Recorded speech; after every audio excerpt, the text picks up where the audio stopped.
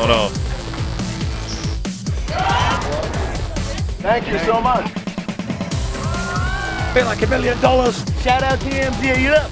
Let me check out that rig. TMZ stands for the Mayweather Zone. How'd you find me, bro? I got my disguise on. I love my TMZ family. Welcome to TMZ Sports. I'm Mike Babcock with my guy, as always, Mojo Mutati. Mojo, I am so pumped because the football season is officially here. Yeah, sure, we've had, camp going on, but there was a real deal game last night, albeit a preseason game that means nothing. But bottom line, it was two different teams, Mojo, playing against each other. They were out of the sun, out of practice, beating up on their teammates. The Lions and the Chargers got a chance to hit each other. The Chargers end up winning the game 34-7, Mojo. Again, the score is absolutely 100% irrelevant. Now, I will say this. It's going to be a great NFL season, Mojo. Now, how come I know that? Because the first play of the first preseason game, well, it was a butt fumble. Take a look. Let's go. We'll tell you about the adjustment to the kickoff rule. Cameron Dicker kicks. Dominic Lovett, Grant Stewart back for Detroit. The season begins, and Grant Stewart is the man who's going to catch it and bring it back. And he almost fumbled the ball. He got his hands back on it at the 27-yard line.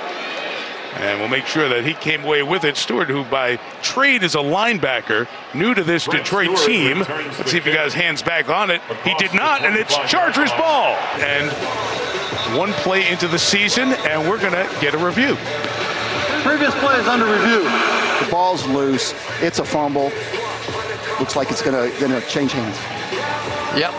A lot easier to see it that way, isn't it? Yes, it is. So, Mark Sanchez must have been proud, Mojo. We've seen this once before, to my knowledge, in the NFL. There it is, famous play. It's going to be a great season, Mojo. Bottom line. I'm hoping it's going to be a great season, Babcock. I'm hoping that opening up the year with a butt fumble for the Detroit Lions is not going to be indicative of the year that they have ahead, because I don't know. I feel like I'm like most of America right now, where we're kind of default Lions fans, right? Yeah. The Lions have been so bad for so long. I mean, at least when I was coming up, they were almost always not just a bad team, but literally the worst team in the NFL, and now they've had some awesome years, and you love to see Detroit rally around, and it's their turn, or maybe it was their turn, because when you start the season with a butt fumble, who knows how that's going to go. But you're right, Babcock. This is still camp. It's only the preseason. Yeah. It means absolutely nothing. There's players even just fighting for a spot on the team right now that aren't even going to be there come September and October. So, maybe it's one of those guys. Maybe the old butt fumbler over there needs to make sure he has the next good few games to make sure that he locks up that roster spot. But either way, really excited that the NFL is back. We'll take what we can get for right now. And I'll tell you, man, these NFL training camps go by fast when you actually don't have to participate in one. Yeah. Mike, I remember talking to someone from the Chargers a couple of weeks ago, and they're like, we've got players reporting tomorrow, and then in like 2.5 weeks or so, we've got a game. So this happened really quickly, especially for these teams. Obviously, this is, the Hall of Fame game and everything that's going on there. So this is a preseason game a little bit earlier than most teams get on that football field. Nonetheless, they played last night. Great to see the teams out there. Mojo, now another interesting component of this game is there's a big change this season. Now, the NFL, as we all know, if you watch football, they have always, for the entire history of the length that the NFL has existed, there have been chain gangs, right? That's how we mark where the first down is. And obviously, if we've got a play where it's close, you got the guys that run out and they do the measurement on the field. Well, the chain gangs are gone, Mojo. The NFL has moved this season to a virtual chain gang, meaning it's the computers, it's the technology that is now going to tell us whether or not a ball is a first down, is it short or not. Last night was the first time that this was instituted. I think some people love it, some people hate it. Here's what it looked like last night. Time out for a virtual measurement. Sorry, you've been stopped for I'd rather the see virtual this. world. I'll get back to that story, I promise. The chain gang is still employed. They have not been made redundant, as they would say in the UK. But If it's close to a first down, you're going to get a virtual measurement, and you're going to see everybody look up to the screen to check out to see if the first down was made. It's using technology, and it's a first down, as you see there. There's the virtual measurement. And there goes the line to gain. So the Lions have a first down. If it is short, you're going to see how short they were. Now, they probably knew that that was a first down on the field, but it's preseason. You want to make sure this new technology is ready to go for the season. And the answer is yes. Mojo, I don't like it. I like the drama of the chain gang running out onto the field. Everyone holding their breath as we wait to see first down, not first down.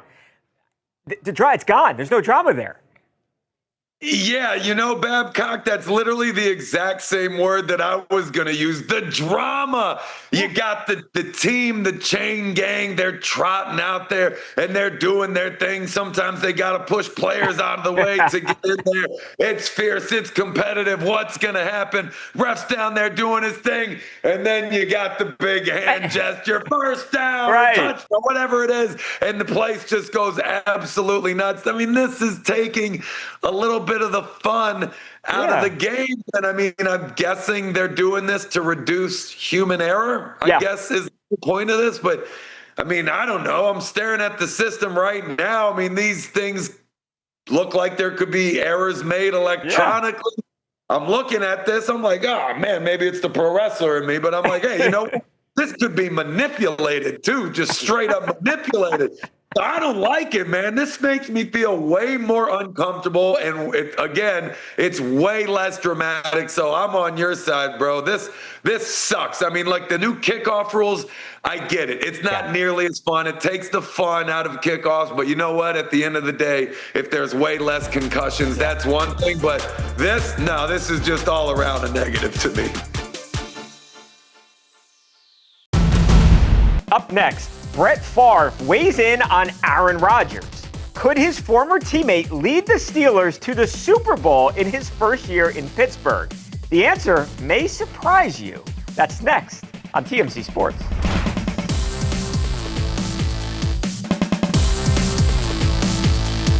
Welcome back to TMZ Sports, Mike and Mojo. Mojo, I know I've said this a million times. I think one of the most compelling, one of the most interesting storylines heading into this entire NFL season is Aaron Rodgers and the Pittsburgh Steelers for a bunch of different reasons. One, Aaron's 41 years old, obviously played with the Jets the last 2 seasons.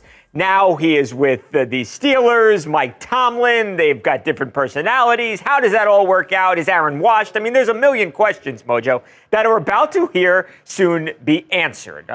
What does Aaron look like on the football field? Does he even have anything left? Bottom line, what can we expect? Well, Mojo, I don't know. Somebody who might, because he not only knows Aaron and is friends with Aaron, but knows what it's like to play football as a 40-plus-year-old guy, is Brett Favre. Brett Favre, of course, was the starting quarterback when Aaron Rodgers was drafted 21 years ago by the Green Bay Packers. Mojo, now heading into his 21st season, we had an opportunity to ask the Hall of Famer Brett Favre about Aaron Rodgers. And again, what can we expect? He can still play. There's no question. Will he play up to the potential that they hope? Time will tell. Injuries always are an issue. If he can stay relatively injury-free, I think the guy can bring a lot of victories to the table. Everybody that plays professional sports has got a lot of pride, and you want to go out on your terms. That's not always the case, but Aaron still has the potential to lead a team to the Super Bowl. Will he? I don't know, but that's he wants to go out on a winning note. I don't think that necessarily means winning the Super Bowl, but that would be nice if they can make a run. In his mind. Much I don't see why they can't win. And tell me if I'm wrong here. The Steelers, again, they were 7-2 for a period last year. They were 10-4. I don't see why not. They've got a really good team, from my estimation. I definitely think they have a chance, Babcock. I mean, they were 10-7 last year with Russell Wilson, and enough said there. I suppose that was not the best year for him. You look at Aaron Rodgers. This dude was MVP of the entire league multiple times, 4 times in total. not that long ago. You write off the Achilles injury. It happens the opening game of the year for his first year with the Jets. Yeah. Injuries happen, right? That's just the game. You give him a pass for that. Obviously, last year with the rest of the Jets team, didn't get it done, wasn't a good situation, issues with coaching, issues with, like, it seemed as if no one in that program was on the same page. So here's a chance to start fresh. And again, we're only a couple years removed from MVP Aaron Rodgers. So, I almost look at this not so much as if he's capable of doing well this year, if the Steelers are capable, because also don't forget, Steelers are always good. I mean, they might not always the big dance, but they're always good. They're always in the playoffs. They always have winning seasons. So that is an expectation. It's not just a wish out there in Pittsburgh. So really, what's the missing factor here? What's the real thing in question? Maybe it's Aaron's body, right? Maybe as long as his body holds up, the Steelers, with him at the helm, should be good to make a run here. I mean, he certainly knows how to get there, and so does the team. So that's the question. Again, with the Achilles, that is a debilitating injury. That is an injury that can take a 4-time MVP and immediately wipe out everything that he can do on the field. The speed, the agility, all of it's gone. Planning off to throw a pass, all of these things when you're dealing with an injury like that. So, I mean, hey, as long as he stays healthy, I agree. I think they can make a run. There's lots of talk that LeBron James is unhappy with the Lakers. Well, did the King just send a message that he wants out? And could he be eyeing the other professional franchise in Los Angeles? We'll discuss next on TMZ Sports.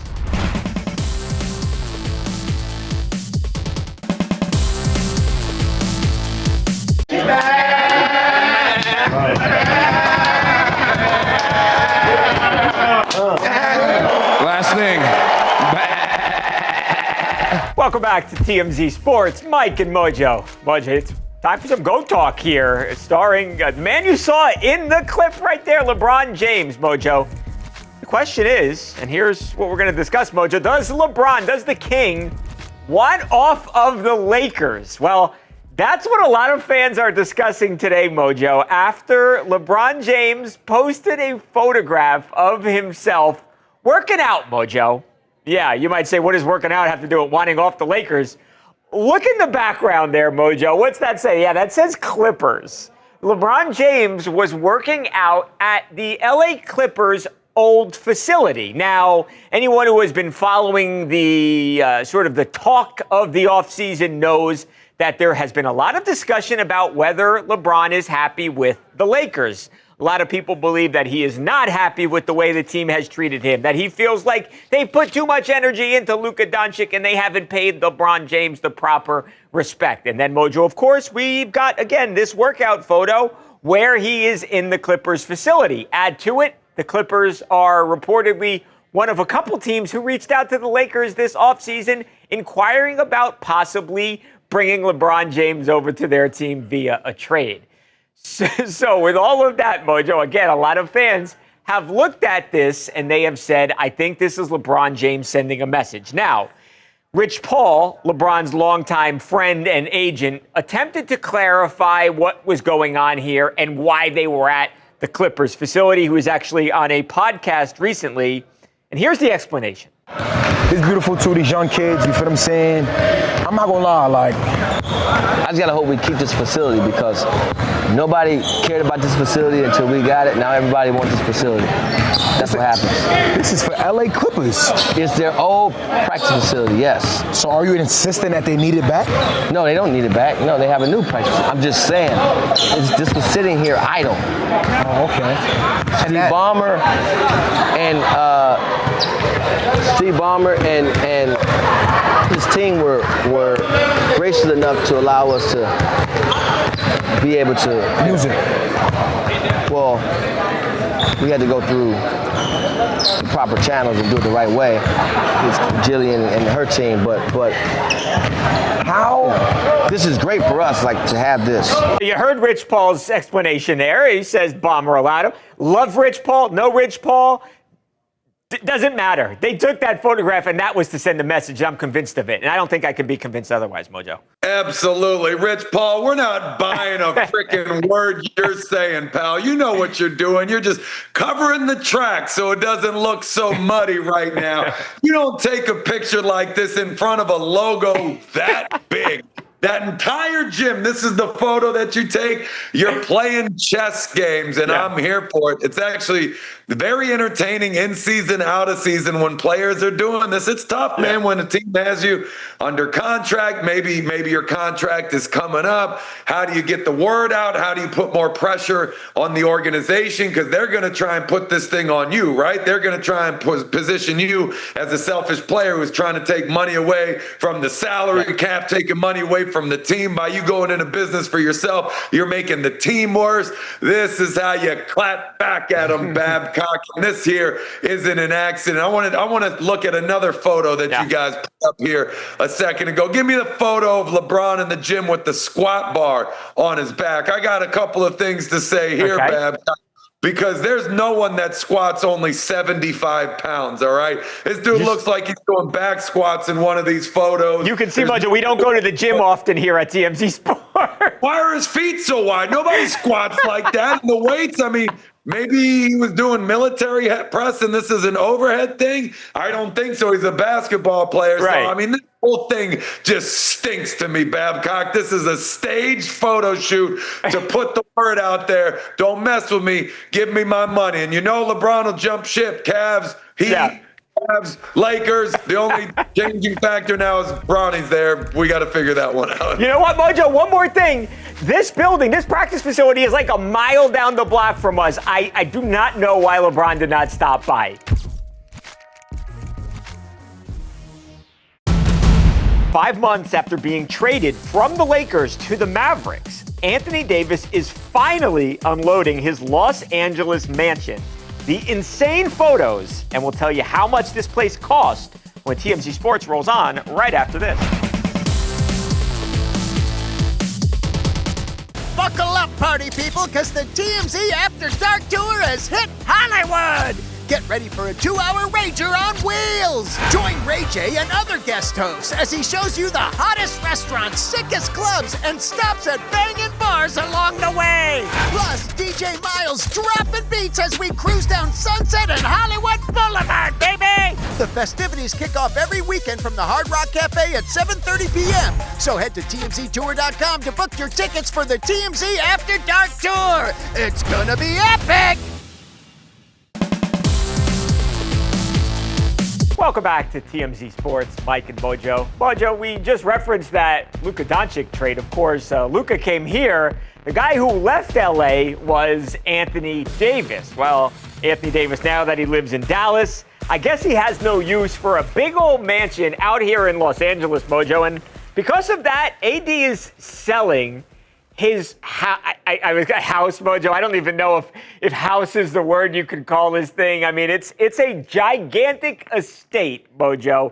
There are some of the exterior shots. Look at that pool. That pool is absurd, Mojo.